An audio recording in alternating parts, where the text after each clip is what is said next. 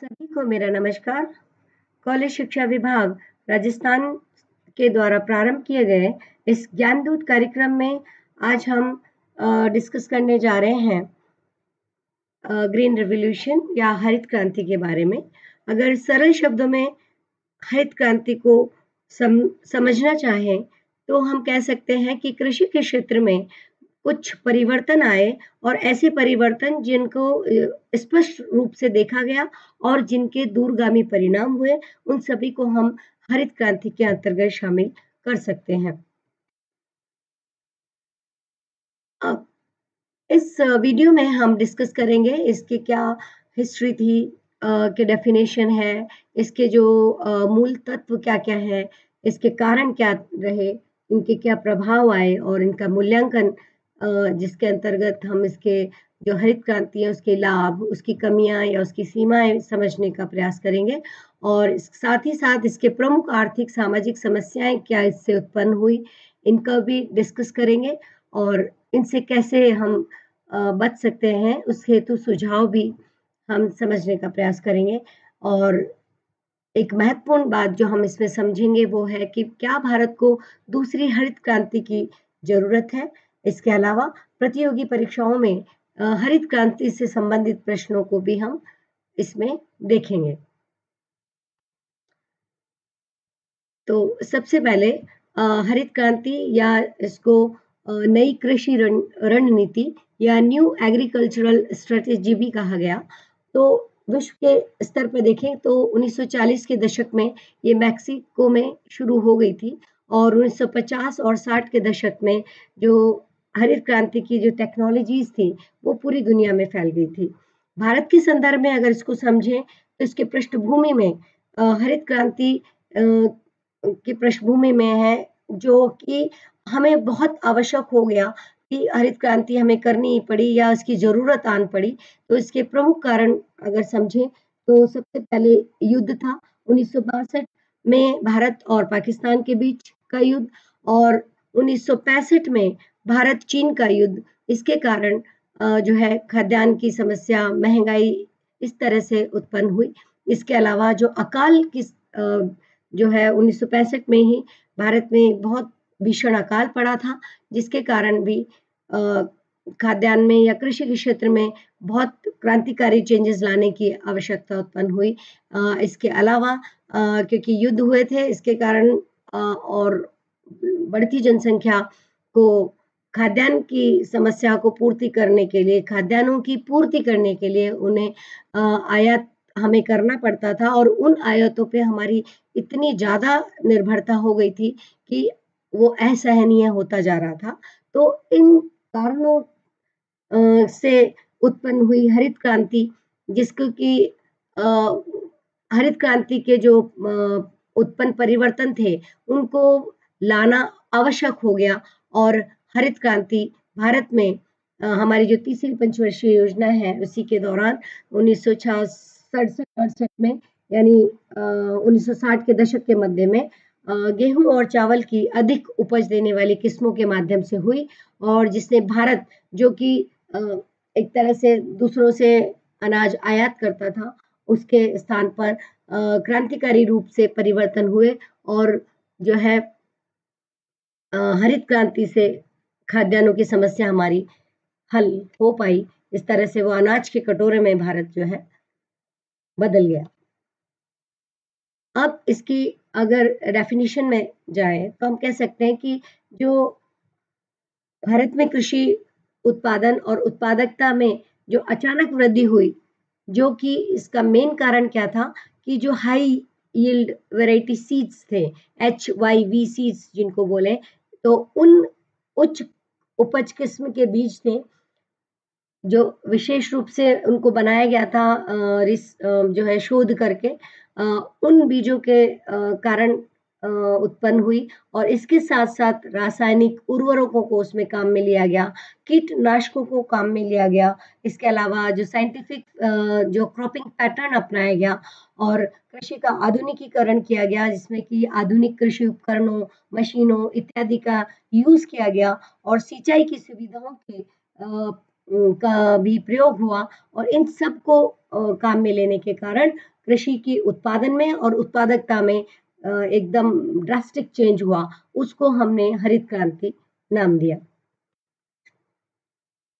अब अगर हरित क्रांति के जनक हम देखें तो नॉर्मन बोरलॉग को जो है हरित क्रांति का जनक कहते हैं और ये अमेरिकी कृषि वैज्ञानिक थे जिन्हें 1970 में नोबेल शांति पुरस्कार मिला।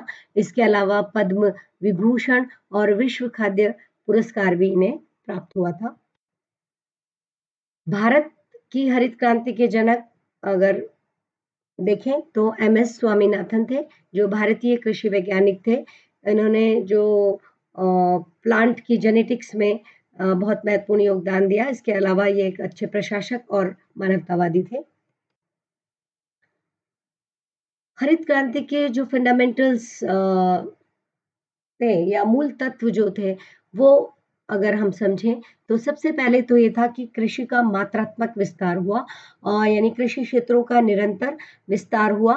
दूसरा दोहरी फसल की जो है संकल्पना आई या दोहरी फसल लेने की बात की गई, क्योंकि पहले जो है नेचुरल तरीके से एक वर्ष में एक फसल ही होती थी, लेकिन कृत्रिम मानसून के द्वारा जो है एक साल में जो है 2 फसल हो सकती थी, उसका लेने का प्रयास किया गया और आनुवंशिकी वाले बीजों को उसमें काम में लिया गया, जो कि बेटर जेनेटिकली जो सीड्स थे उनका यूज़ किया और इसके अलावा एचवाईवी सीड्स जो है उनको भी काम में लिया, जो कि उच्च उपज देने वाले किस्मों के बीज थे, उनका प्रयोग किया। इसके कारण हरित क्रांति जो है संभव हो पाई और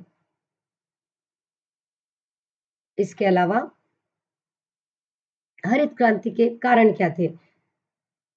एक तो हमने हरित क्रांति हो पाई, उसके कारण ये रहे कि सबसे पहले तो अधिक उपज देने वाली बीजों की किस्में जो है, उनका विकास हो गया था, एचवाईवी सीड्स जो है उनका विकास हो गया था।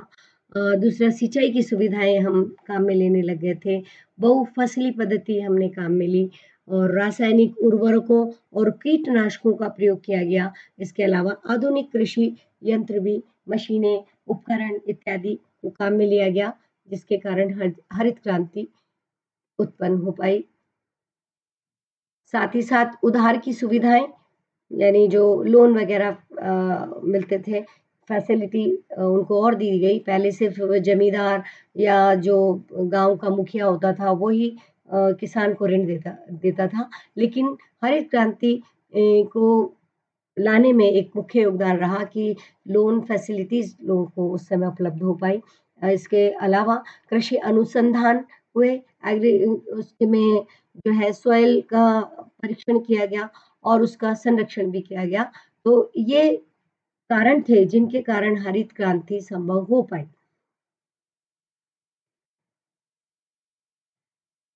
अब हरित क्रांति के प्रभाव क्या रहे? हरित क्रांति के कारण जो है उत्पादन में बहुत ज़्यादा वृद्धि हुई, जैसा कि आप इस चित्र में देख पा रहे हैं। 1951 में गेहूँ की जो है उत्पादन कितना था और 1968 में गेहूँ का उत्पादन लगभग आधे से भी डबल से भी अधिक जो है उत्पादन उसका बढ़ गया और इसको इतना जो है प्रभाव था इसका कि उसको भारत सरकार ने एक डाक टिकट जो है 16 जुलाई 1968 को गेहूँ क्रांति को चिन्हित करते हुए जारी किया गया और इसमें भारतीय कृषि अनुसंधान संस्थान जो है इसके द्वारा, क्योंकि रिसर्च और इन सब का योगदान था और गेहूँ के उत्पादन में वृद्धि को है इस हिस्टोग्राम के द्वारा बताया गया है। तो कुल मिलाकर हरित क्रांति का पॉजिटिव इफ़ेक्ट क्या आया कि उत्पादन में वृद्धि हुई, इसका कारण जो है नेशनल इनकम में भी वृद्धि हुई, राष्ट्रीय आय में वृद्धि हुई। दूसरा प्रभाव इसका रहा कि पूंजीकरण हुआ। तो जो हरित क्रांति के कारण जो संपन्न किसान थे या 10 हेक्टेयर से ज़्यादा जिनके पास कृषि का क्षेत्र था, ऐसे किसान जो कि जो एचवाईवी सीड्स खरीद सकते थे, जो है कृषि के आधुनिक उपकरण खरीद सकते थे, मशीनें खरीद सकते थे, उन सब को लाभ मिला और उन्होंने उस पे निवेश किया। तो इस तरह से जो है कृषि का पूंजीकरण इसमें हुआ, महँगे औज़ार, उपकरण और मशीनें इत्यादि काम में ली गई।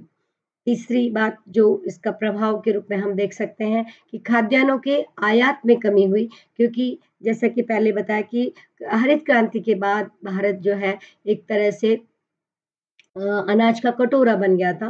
पहले वो दूसरों से माँगता रहता था, आयात करता रहता था। अब उस आयात में कमी हो गई और हम जो है इतनी निर्भरता नहीं रही, बल्कि हरित क्रांति के कारण इतना उत्पादन हो गया और सरप्लस बल्कि रहने लगा और हमारे आयातों में कमी हो गई और जो है दूसरों पे निर्भरता भी कम हो गई।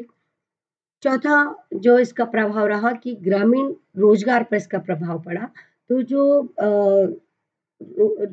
ग्रामीण क्षेत्रों में जो लोग रहते थे, उनको जो है खेतों में काम मिला। जो नई-नई जो मशीनें हैं उनको चलाने के लिए, और तो इस तरह से रोजगार में उनका प्रभाव ये रहा कि ग्रामीण क्षेत्रों में कुछ हद तक रोजगार बढ़ा। कीमतों पर प्रभाव अगर देखें तो खाद्यान्न की कीमतें जो, क्योंकि सप्लाई उनकी कम थी, आयात हम करते थे तो बहुत ज़्यादा कीमतें हुआ करती थी। लेकिन हरित क्रांति के कारण जो खाद्यान्न की कीमतें थी वो बहुत कम हो गई, अब सबको अवेलेबल हो गई वो चीज़ें। इसके अलावा किसानों के सोच में भी बदलाव हुआ कि पहले किसान ये सोचते थे कि सिर्फ़ जो है भगवान जो करता है उस वो ही हो सकता है, या वो जो चाहेगा वही होगा, तो पूरा इस तरह से वो बरसात पे निर्भर थे, प्राकृतिक मानसून पे निर्भर थे। अब क्योंकि और अन्य सुविधाएँ भी उन्हें उपलब्ध हो गई और जो है कृत्रिम मानसून के आधार पे फसलें उत्पादन की जाने लगी और जो किसान सिर्फ़ बरसात पे निर्भर करते थे, अब वो सिंचाई की सुविधाओं का उपयोग करके अपने खेतों में जो है पैदावार बढ़ा रहे थे, तो किसान की सोच में बदलाव हुआ। अब वो वैज्ञानिक तरीकों के बारे में जानने लगा और उस सोच से बाहर निकला कि हम उसमें कुछ परिवर्तन ला सकते हैं। और इसके अलावा उपभोक्ता पर भी प्रभाव पड़ा, अब उसके पास वैरायटी थी कि पहले तो कुछ खाने के लिए नहीं मिलता था, अब खाद्यान्न उपलब्ध हुआ उसको और जो है खाद्यान्न भी इतना कि सरप्लस तक हो गया और उपभोक्ता पर उसको और चीज़ें जैसे वैरायटी थी गेहूँ, चावल, ज्वार, मक्का, बाजरा, ये सब जो है चीज़ें उसको अवेलेबल थी, तो उपभोक्ता पर इसका सकारात्मक प्रभाव पड़ा। इसके अलावा आर्थिक विकास का आधार जो है बनी हरित क्रांति, क्योंकि बेसिक जो है एग्रीकल्चर सेक्टर इससे मजबूत हुआ और इसके आधार पर अन्य क्षेत्र जो है औद्योगिक क्षेत्र है, इनको भी, इनके विकास को भी बढ़ावा मिला। इस तरह से हरित क्रांति जो है आर्थिक विकास का आधार बनी। अब हरित क्रांति की कमियों के बारे में देखें, क्योंकि कोई भी चीज़ आती है तो उसके पॉजिटिव नेगेटिव दोनों पॉइंट्स होते हैं। तो हरित क्रांति के सकारात्मक प्रभावों के साथ-साथ नकारात्मक प्रभाव भी हुए, यानी उनको हम उसकी कमियों में या उसके लिमिट्स में, उसके डिसएडवांटेज हम इसको कह सकते हैं। तो पहला डिसएडवांटेज इसका ये रहा कि कुछ क्षेत्रों, कुछ फसलों और कुछ वर्गों तक ही सीमित रही। जैसे कि हमने देखा कि जो हरित क्रांति थी वो जो जहाँ पे पानी अधिक मात्रा में उपलब्ध था, और उत्तर भारत के जो कुछ राज्य थे जैसे कि पंजाब, हरियाणा और पश्चिमी उत्तर प्रदेश, इन क्षेत्रों पे अधिक सफल रही और कुछ ही फसलों तक, यानी गेहूँ में सबसे ज़्यादा जो है फ़ायदा हुआ। इसके अलावा चावल में हुआ, तो कुछ फसल यानी गेहूँ तक सीमित रही अगर बोले कि, तो इसीलिए जो हरित क्रांति है उसको गेहूँ क्रांति भी कहा जाता है, क्योंकि सबसे ज़्यादा फ़ायदा जो मिला था वो गेहूँ की फसल में मिला था और कुछ ही वर्गों तक सीमित रही, यानी जो संपन्न किसान थे वो, उनको ही इससे ज़्यादा फ़ायदा मिला। तो एक लिमिटेशंस जो थी ग्रीन रेवोल्यूशन की, ये थी कि कुछ क्षेत्रों तक, कुछ ही फसलों तक और कुछ ही वर्गों तक सीमित रही। इसके अलावा दूसरा प्रभाव, हरित क्रांति के लाभ निरंतर नहीं रहे, क्योंकि हरित क्रांति एक समय सीमा के भीतर बहुत उसका प्रभाव रहा और लोगों ने उसका फ़ायदा उठाया, पर वो कंटिन्यू नहीं रहे उसके लाभ। इसके अलावा खाद्यान्नों में भी उतार-चढ़ाव जारी रहा। हरित क्रांति होने के बाद भी कभी जो है उत्पादन बहुत ज़्यादा बढ़ गया, कभी जो है कम रहा, तो इस तरह से फ्लक्चुएशंस उसमें आते रहे।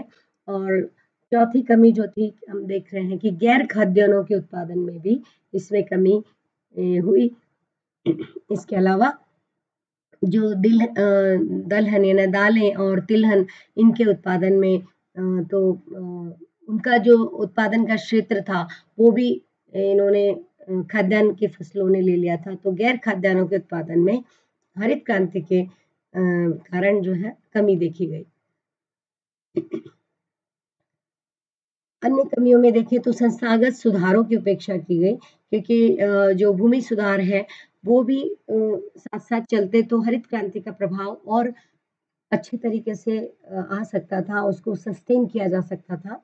लेकिन उनकी एक तरह से पूरी तरह उपेक्षा की गई और हरित क्रांति में सिर्फ़ जो टेक्नोलॉजिकल जो इनोवेशंस थे और जो मॉडर्नाइज़ेशन, मशीनें इन सब का ज़्यादा यूज़ किया गया और जो भूमि संस्थागत सुधार या भूमिगत सुधार है, उनकी उपेक्षा की गई।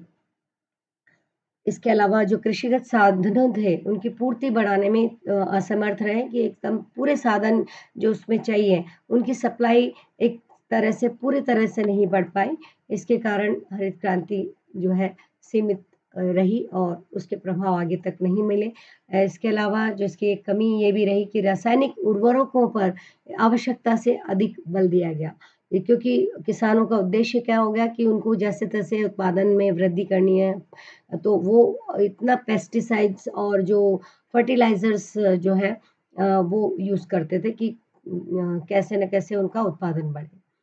और इसके अलावा इसके अहितकारी बाह्य प्रभाव भी रहे, जैसे कि वाटर लेवल बहुत कम हो गया और हमारी जो देश की पहले जो फसलें थी, उनका महत्व कम हो गया। इसके अलावा प्रदूषण हो गया, जल प्रदूषण हुआ, सॉइल पॉल्यूशन हुआ और जो है जिसका कि दुष्प्रभाव पर्यावरण प्रदूषण हुआ और इसके कारण जो है स्वास्थ्य पे भी दुष्प्रभाव पड़ा। तो वो कुछ चीज़ें हम हरित क्रांति के कमियाँ देख सकते हैं। अब हम देख रहे हैं हरित क्रांति द्वारा उत्पन्न आर्थिक और सामाजिक समस्याएँ बहुत उत्पन्न हो गई थी। तो इसमें सबसे ज़्यादा बड़ी समस्या जो हुई थी कि असमानता में वृद्धि हुई। तो वो आय और धन की असमानता में वृद्धि हुई। इसके साथ-साथ ही विभिन्न क्षेत्रों और विभिन्न वर्गों के बीच भी असमानता में वृद्धि हुई थी। हरित क्रांति के दुष्प्रभाव इस रूप में भी देखने मिले थे। इसके अलावा ग्रामीण निर्धनता में वृद्धि हुई, क्योंकि जो लाभ मिला वो धनी किसान या संपन्न किसान थे उनको लाभ मिला, बल्कि जो गरीब किसान थे, खेतीहर जो मज़दूर थे और जो ग्रामीण निर्धन लोग थे, वो और निर्धन हो गए, क्योंकि उनको एक तरह से अमीरों की तो जो है इनकम और बढ़ती गई और गरीब होते गए। इसके अलावा अंतर व्यक्तिगत असमानताएँ असमानताएँ इससे बढ़ी और इसमें जैसे पहले भी बताया संस्थागत सुधारों की इसमें उपेक्षा की गई। इसके कारण भी बहुत सारी सामाजिक समस्याएँ, आर्थिक समस्याएँ इससे उत्पन्न हुई। इसके अलावा उर्वरकों पर आवश्यकता से अधिक बल दिया गया। इसके कारण जो है हमने देखा जल प्रदूषण और भूमि का भूमि प्रदूषण हुआ, पर्यावरण प्रदूषण हुआ। तो इसके कारण भी बहुत सारी समस्याएँ उत्पन्न हुई और विभिन्न जो कृषिगत साधनों की पूर्ति बढ़ाने के संबंध में बहुत बड़ी समस्या ये उत्पन्न हुई कि जिस तरह से उत्पादन बढ़ रहा था उसके अकॉर्डिंग पूर्ति जो इनपुट्स हैं एग्रीकल्चर के, उनको और बढ़ाने की आवश्यकता थी। तो उसको मीट आउट करने की एक बहुत बड़ा चैलेंज जो है सामने उभर कर आया और इसके अलावा श्रम विस्थापन की समस्या, क्योंकि कृषि में जो है आधुनिक उपकरण, यंत्रों का यूज़ किया गया, मशीनों का यूज़ हुआ। इसके कारण जो छोटे किसान थे, खेतिहर मज़दूर थे, वो एक तरह से बेकार हो गए और उनके उनको किस तरह से मैनेज करें, वो बड़ी समस्या आ गई थी। उनका पलायन होने लगा गाँवों से शहरों की ओर, तो ये बड़ी समस्या हो गई थी। बेरोज़गारी बढ़ी थी हरित क्रांति के कारण। और भारतीय कृषि में पूंजीवादी खेती का भी विकास हरित क्रांति के द्वारा हुआ, जिसके कारण जो किसान संपन्न थे, जो महंगे बीज, उर्वरक, कीटनाशक, सिंचाई सुविधाएं यूज़ कर सकते थे, उन पर निवेश कर सकते थे, उनको केवल लाभ हुआ। तो इस तरह से पूंजीवादी खेती का विकास भारतीय अर्थव्यवस्था में हरित क्रांति के कारण हुआ, जिससे अनेक आर्थिक और सामाजिक समस्याएं उत्पन्न हुई। अब ये समस्याएं हैं, इनसे संबंधित अगर अब कुछ सुझाव हम देखें, तो हमें चाहिए कि हरित क्रांति के क्षेत्र का दायरा हमें बढ़ाना चाहिए। दूसरा, संस्थागत और तकनीकी सुधारों को समन्वित रूप से अपनाना चाहिए। इसके अलावा जो है कृषिगत साधनों का फैलाव और तथा पर्याप्त उपयोग होना चाहिए, जो भी रिसोर्सेज हैं एग्रीकल्चर के, और कृषकों की सहभागिता हो इसमें। जो है अमीर किसान या समृद्ध किसानों के साथ-साथ जो छोटे किसान हैं, उनकी भी सहभागिता होगी, तो हरित क्रांति के लाभ अधिक मिल पाएँगे। इसके अलावा खाद्यान्न, उपज और साधन के मूल्य हेतु समन्वित नीति को भी अपनाया जाना उचित होगा। और एक बहुत ही महत्वपूर्ण बात कि दूसरी हरित क्रांति को भी लाने की या उसकी आवश्यकताओं को हमें समझना होगा। तो हम जो हरित क्रांति के जो लाभ हैं, उनको और अधिक बेहतर तरीके से ले पाएँगे। अब एक बहुत इंटरेस्टिंग चीज़ है कि क्या हमें यानी भारत को दूसरी हरित क्रांति की ज़रूरत है? तो इसको अगर हम समझने का प्रयास करें कि पहली जो हरित क्रांति थी, उसका मुख्य उद्देश्य था खाद्य सुरक्षा पे।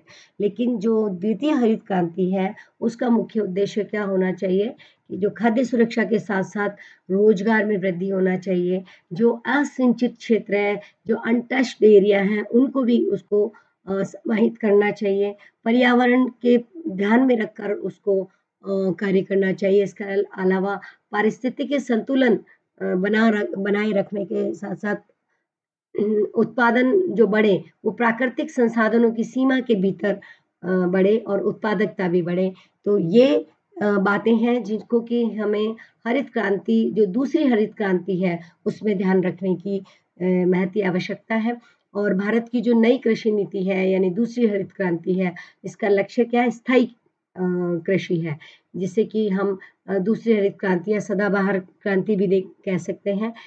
इसका जो लक्ष्य है वो है कि प्रौद्योगिकी जो टेक्नोलॉजिकल जो प्रोग्रेस हुई है, उसका लाभ उठाकर सतत आजीविका हेतु स्थायी कृषि का निर्माण करना है।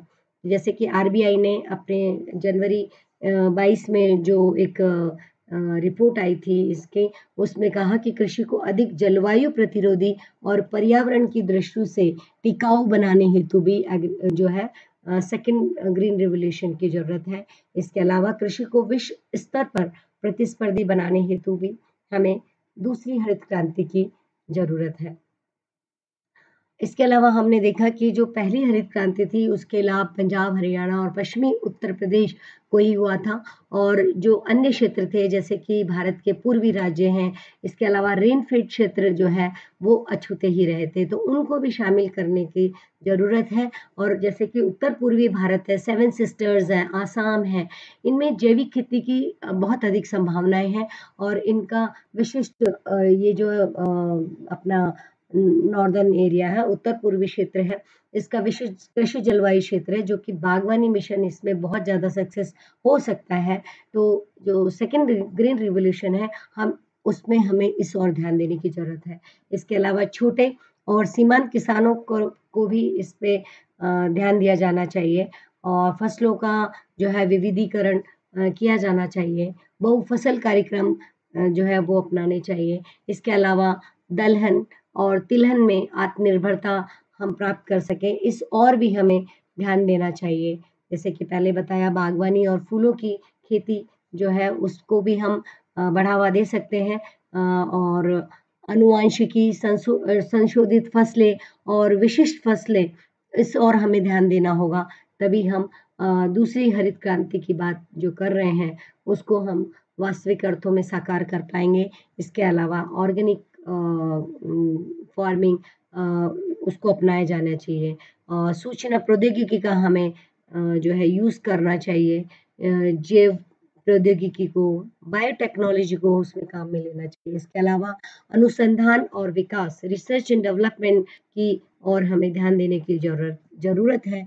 तभी हम जो अपनी सेकंड ग्रीन रिवॉल्यूशन की बात कर रहे हैं, उसको जो है वास्तविक अर्थों में ला सकते हैं। अब विभिन्न प्रतियोगी परीक्षाओं में जो प्रश्न आए हैं उसके दृष्टिकोण से भी जो हरित क्रांति जो है आवश्यक है या इम्पोर्टेंट हो जाती है। जैसे कि आईएएस 2016 में प्रश्न था कि क्या आप इस विचार से सहमत हैं कि हरित क्रांति के फलस्वरूप कृषि उत्पादन में वृद्धि अल्पकालीन थी?